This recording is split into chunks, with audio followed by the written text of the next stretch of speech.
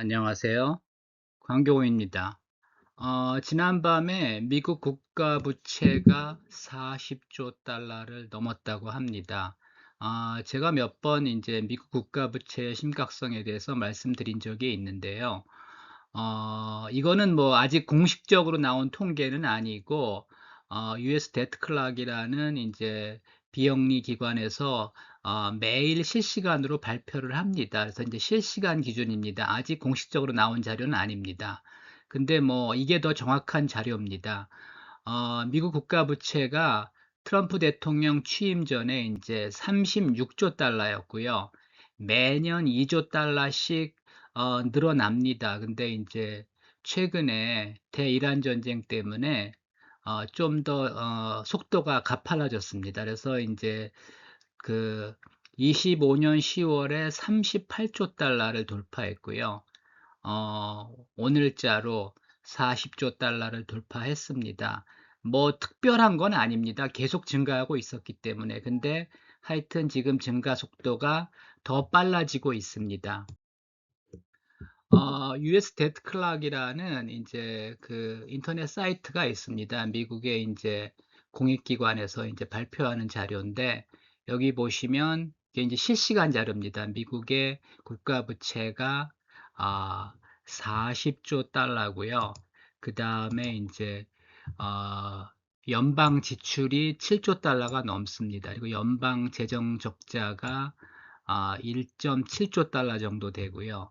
그 다음에 이제 왜 이렇게 많이 그 연방 적자가 심하냐 하면 메디케어, 메디케이드에 약 2조 달러가 소요되고요. 그 다음에 이제 사회보장에 1조 6천억 달러, 그 다음에 이제 국방비에 9,460억 달러, 그리고 이자만 지금 국채 이자만 1.1조 달러가 넘습니다. 그래서 이게 단기간에 개선되기가 이제 어려운 상황입니다. 미국 국가 부채가 이제 폭증한 원인은 2003년 이제 조지 부시 대통령이 이라크 전쟁을 하면서 이제 급증하기 시작해 가지고요. 오바마 정부 때 이제 의료 보장을 확대했죠. 그래서 이제 메디케어와 메디케이드가 있는데, 메디케어는 이제 65세 이상에게 의료 보장을 늘리는 거고, 메디케이드는 이제 저소득층에 이제 의료 보장을 도와주는 거죠. 그래서 이제 그때부터 이제 많이 늘어나기 시작했고요.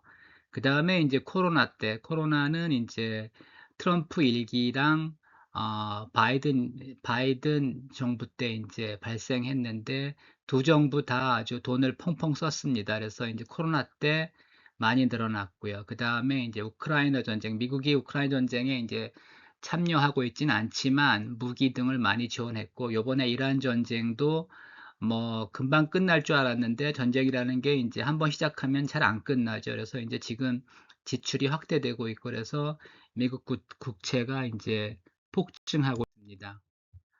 뭐 미국만 그런 건 아니고요. 전 세계가 뭐 지금 빚더미라고 이제 제가 지난번에 한번 영상을 올려드린 적이 있습니다. 하여튼 미국이 40조 달러가 넘었고요. 뭐 중국도 21조 달러가 넘고, 그 부채 비율상으로는 일본이 가장 많습니다. 일본이 이제 11조 달러인데, 요거는 달러 기준으로는 최근에 좀 줄었습니다. 이제 환율이 그 일본 환율이 떨어지면서 달러 기준으로는 하여튼 좀 줄었는데, 어쨌든 국가 부채 비율로는 일본이 가장 높습니다. 그럼에도 불구하고 일본이 큰 문제가 없던 거는, 그동안은 저금리래 가지고 이자 부담이 크지 않았습니다. 근데 일본이 지금 금리가 상당히 급하게 오르고 있습니다.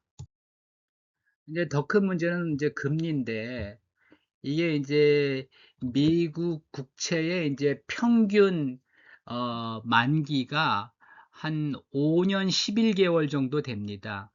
그리고 이제 그러니까 이제 가장 그 비슷한 게 이제 미국 10년 국채 금리랑 비슷한데, 지금 미국 10년 국채 금리가 뭐 그 트럼프 정부가 떨어뜨리려고 여러 번 노력을 했지만 최근에 다시 물가가 오르면서 안 떨어지고 있습니다. 그래서 계속 4% 이상을 유지하고 있고, 최근에 이제 4.6%이기 때문에 뭐 하여튼 그 국채 금리가 이렇게 높게 유지되면서 미국 정부의 이제 부담도 늘어나고 있고요.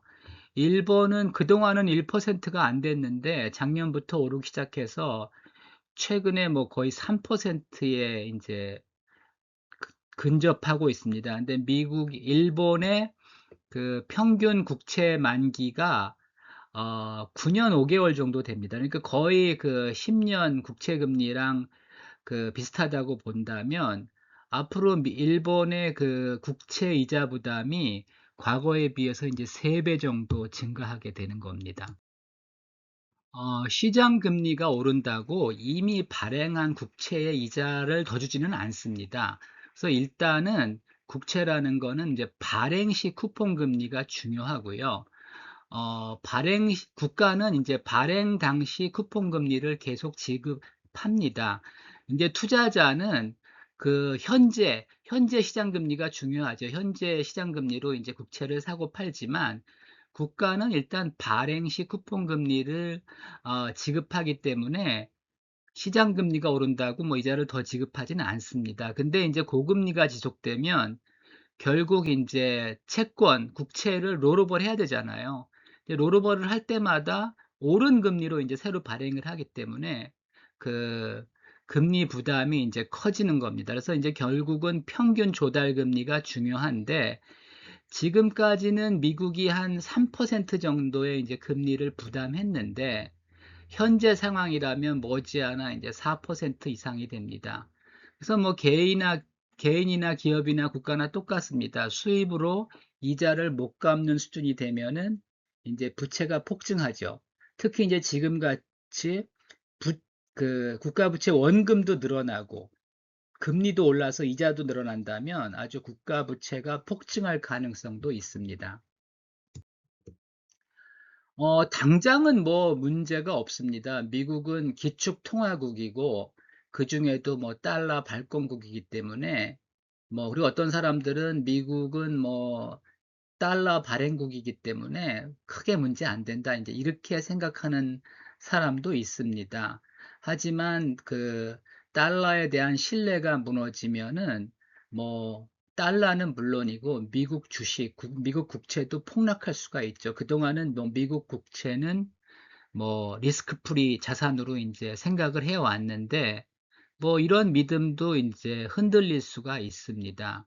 그래서 이제 그 얼마 전부터 비트코인이 이제 인기를 끌게 된 배경도 사실은 미국 국채, 특히 이제 달러에 대한 신뢰와 이제 상관관계가 깊고요. 그 다음에 지금 금값이 이제 올랐다, 최근에 좀 빠졌다 다시 오르는데 하여튼 금값이 오른 근본적인 원인도 달러에 대한 신뢰가 과거보다 이제 달라졌기 때문에, 그러니까 달러에 대한 신뢰가 무너지고 있기 때문이라고 봅니다. 하여튼 뭐 11월 중간 선거 때 이게 이제 주요 이슈가 될 수가 있고요. 2008년 대선 때 아마 중요한 이슈가 될 겁니다.